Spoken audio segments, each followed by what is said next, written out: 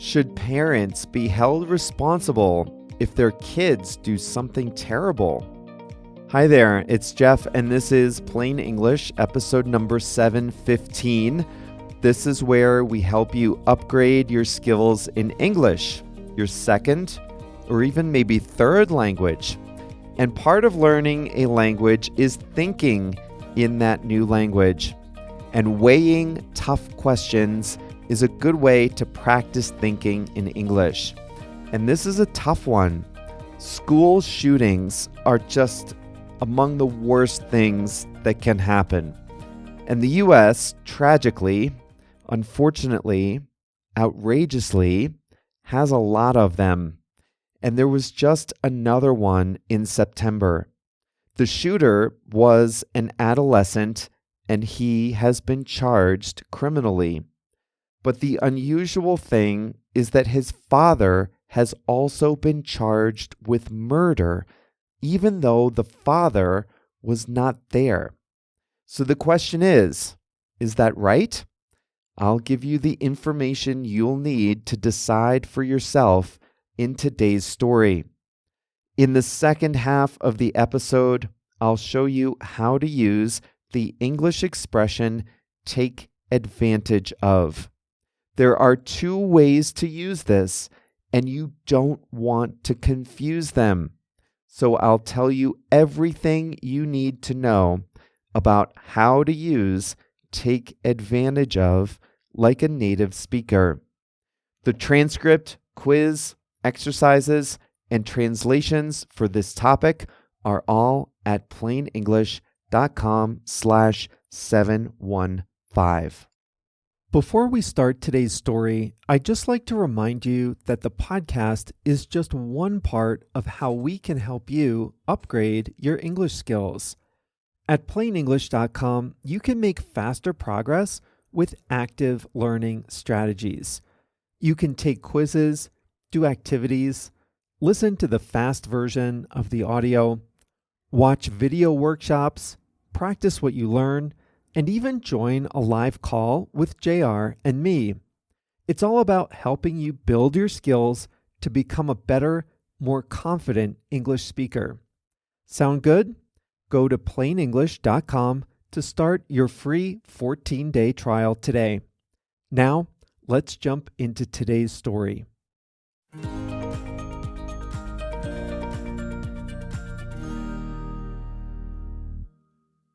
In 2021, a 15-year-old took out a handgun and started shooting people in his school in Michigan. 4 died and 7 others were injured. 11 months later, he pleaded guilty to dozens of charges, including murder and terrorism. He was sentenced to life in prison without the possibility of parole. He was the only one who pulled the trigger, but he was not the only one charged in the shooting. His parents were charged with involuntary manslaughter. That means killing someone accidentally, but as a result of your own negligence. The 2 parents faced separate trials with separate juries, but in both cases, the juries returned a guilty verdict. The parents were each sentenced to 10 years in prison. That was earlier this year, 2024. This was the first time a parent was held criminally responsible for a shooting committed by a child. At the time, legal experts wondered whether this would lead to more parents being charged for violent crimes that their children commit. They didn't have to wait long to get their answer. In early September, a 14-year-old killed 4 people and injured others at a school in Georgia. and prosecutors have charged his father with murder, involuntary manslaughter, and cruelty to children. The father faces a sentence of up to 180 years in prison if he is convicted. Is this a good idea? Both of these shootings were horrific. The victims, understandably, want justice for those who were killed and injured. And a school shooting has many more victims than just the people hurt at the scene. An entire town is terrorized. A generation of a town's kids traumatized. Someone should be punished, and it's only natural when a child commits a terrible crime to look to the parents and the home environment. Now, in both cases I mentioned, the parents acted carelessly with guns and their children. In the case of the Georgia family, the father reportedly bought the teenager a gun as a gift. The Michigan family had a gun at home but didn't lock it up, the trial showed. The parents, many people think, deserve some, if not most, of the blame for creating conditions that make a shooting possible or even likely. And so there is pressure on prosecutors to bring charges against parents. Gun control activists and victims' rights advocates support this approach. They say that strong punishments for parents will act as a deterrent. They say that other parents in the future will act more responsibly, locking up their guns at home or not having guns near children in the first place. But not everyone is so sure. These two specific cases had a horrific outcome. And in these two cases, it appears the parents did act negligently. And they do share some moral responsibility for what happened. But there's a saying in the legal community: hard cases make bad law. That means it's dangerous to create a law which will be applied to a large number of people if that law is based on an unusual or exceptional case. Here's why. You might not feel bad for the parents in the school shooting case. You might think the parents equally share responsibility. You might even think they have more responsibility than their kids do. But would you think that about the next case that prosecutors bring? A case that might not be so clear-cut. A case that might not get media attention. The thing is, prosecutors now have a new tool they can use against parents. And use it they will. Not every case in the future will be so clear-cut. If a child steals a gun, and if a parent has no idea about it, should the parent be charged if the child uses the weapon? You might say no, but top prosecutors are elected, and the public likes revenge.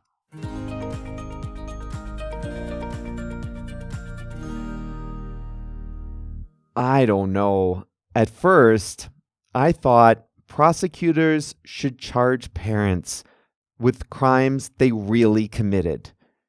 There's already a law in Michigan that requires people to keep their guns locked up. The parents broke that law, and that's what they should be charged for. And if there aren't enough laws like that, then the legislatures should pass more.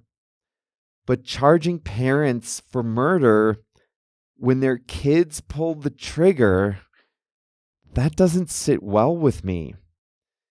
But in one of these cases, a parent bought a gun, ignored warnings from the school about their child's mental health, and then left the gun unlocked in the house. I mean, that's bad. That's not pulling the trigger, but that is almost as bad. So I think reluctantly, I do agree with charging the parents in these cases, but I still worry that this will be abused, that parents will be charged for crimes in the future just for being bad parents. Now, it's sad that this would be necessary, but I think the states should write laws that allow parents to be charged only when there is clear parental culpability, when you can draw a clear line between a parent's actions and the crime the child committed. Otherwise, my worry is this is open to abuse in the future.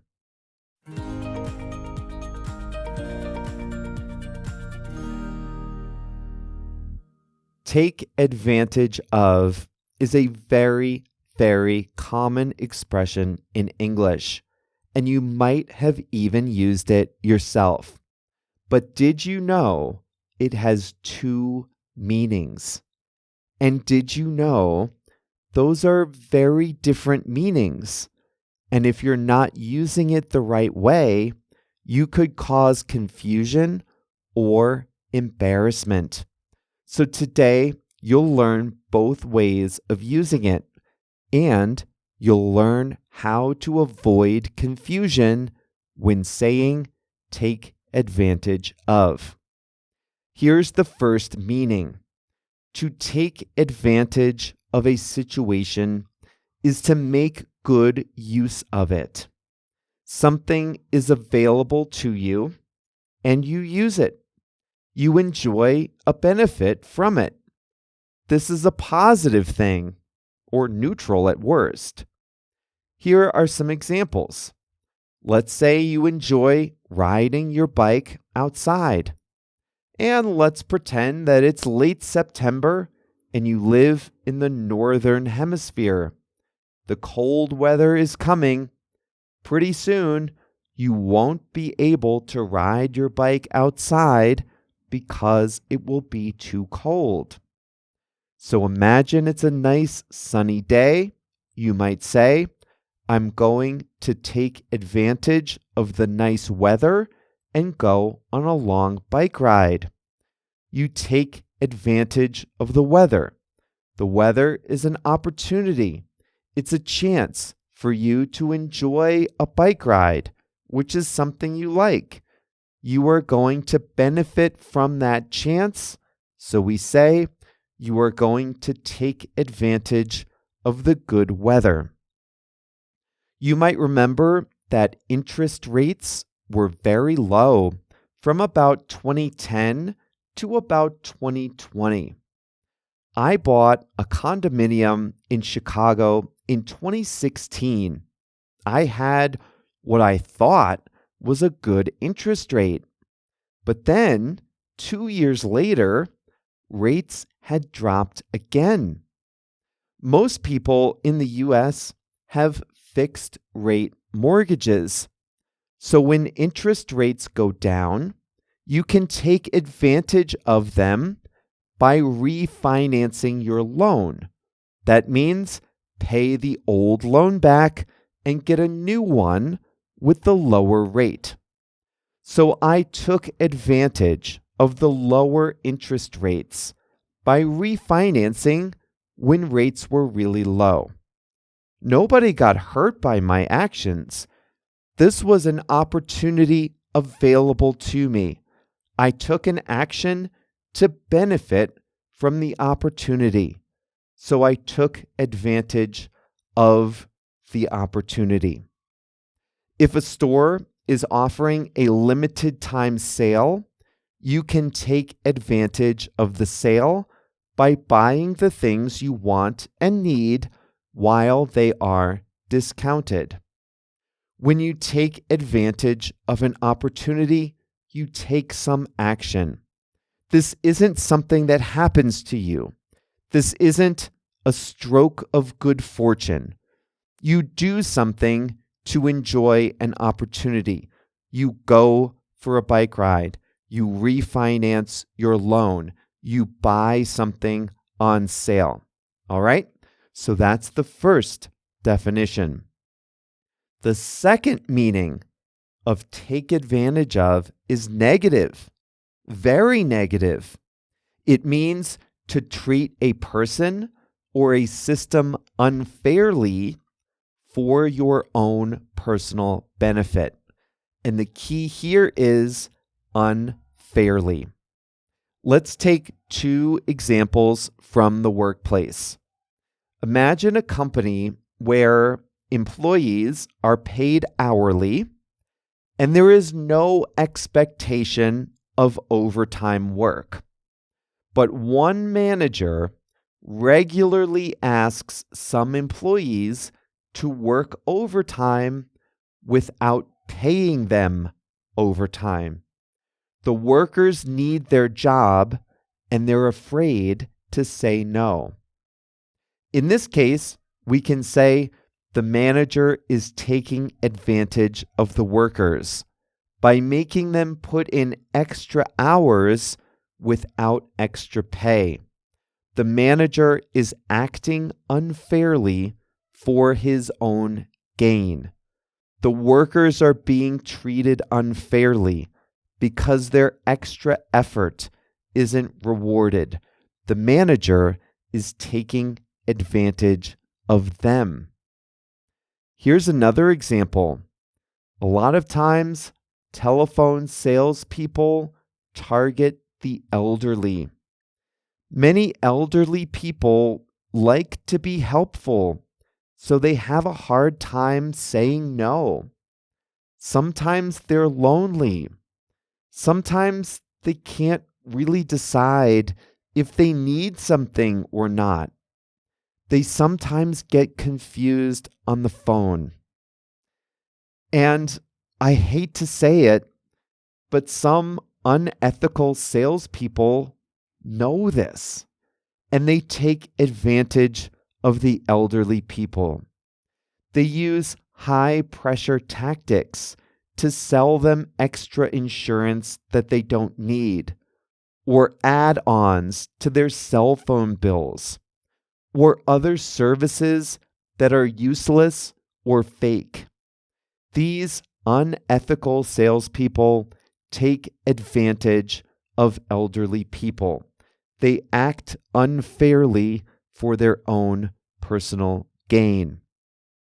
So in this second definition of take advantage of, there is always a winner, there is always a loser, and the person who gets the benefit is acting unfairly. All right, got it? Now here's one. You tell me if this is the first meaning or the second meaning. Remember, the first meaning is to get a benefit from an opportunity that is available to you. Nothing wrong with that. Fairly to take a reasonable amount. So here's the sentence. JR is taking advantage of the company's vacation policy. So which is it? Is JR enjoying the benefit of something available to him? Or is JR abusing the vacation policy, taking advantage in an unfair way? It's a trick question because in this sentence, you can't tell. It can be interpreted either way. It might mean that he worked really hard for a few months and is taking a well-deserved 10-day vacation. That's taking advantage in the good way, using something that's available to him. That's what it's for. Or that very same sentence could mean he just never comes to work on Fridays. That's taking advantage in the bad way. So this can cause confusion, and that means you need to be careful. In situations like this, where it can be interpreted either way, you should clarify what you mean. If you want to say that JR is acting unfairly, you can say this: taking unfair advantage. So if JR, and he would never do this, but if JR decided he was just going to stop working on Fridays and sometimes Thursdays because there's unlimited vacation, you can say JR is taking unfair advantage of the company's vacation policy. But if you wanted to clarify that he's not doing anything wrong, you can instead say make the most of. You can say JR is making the most of the company's vacation policy. And that's great. He's using it for what it's intended for. And if you say make the most of, you can avoid any confusion about the phrase take advantage. Well, I am so proud of all the Plain English members that are taking advantage of the great resources we have at plainenglish.com. And I mean that in a good way. I love it when people use what we produce. JR and I work hard on it. No unlimited vacation at Plain English. So take advantage of what we have to offer at plainenglish.com. We make it for you. Now we have a schedule of live calls, 3 a month, to help you practice your conversation. And I got a note from a new Plus member. He asked how many calls he could attend. He wanted to join a lot of calls, but he was worried about taking unfair advantage. And I said, join them all. It's unlimited. We're offering it. Take advantage of it. Make the most of it. Come to all of them if you want to. So plainenglish.com has it all, and you can start a free trial of the Plus membership there if you want to. Now, we'll be back on Monday with a new lesson. We'll check in on the state of the race. What does the Kamala Harris-Donald Trump race look like a month from Election Day? That's what you'll learn on Monday. See you then.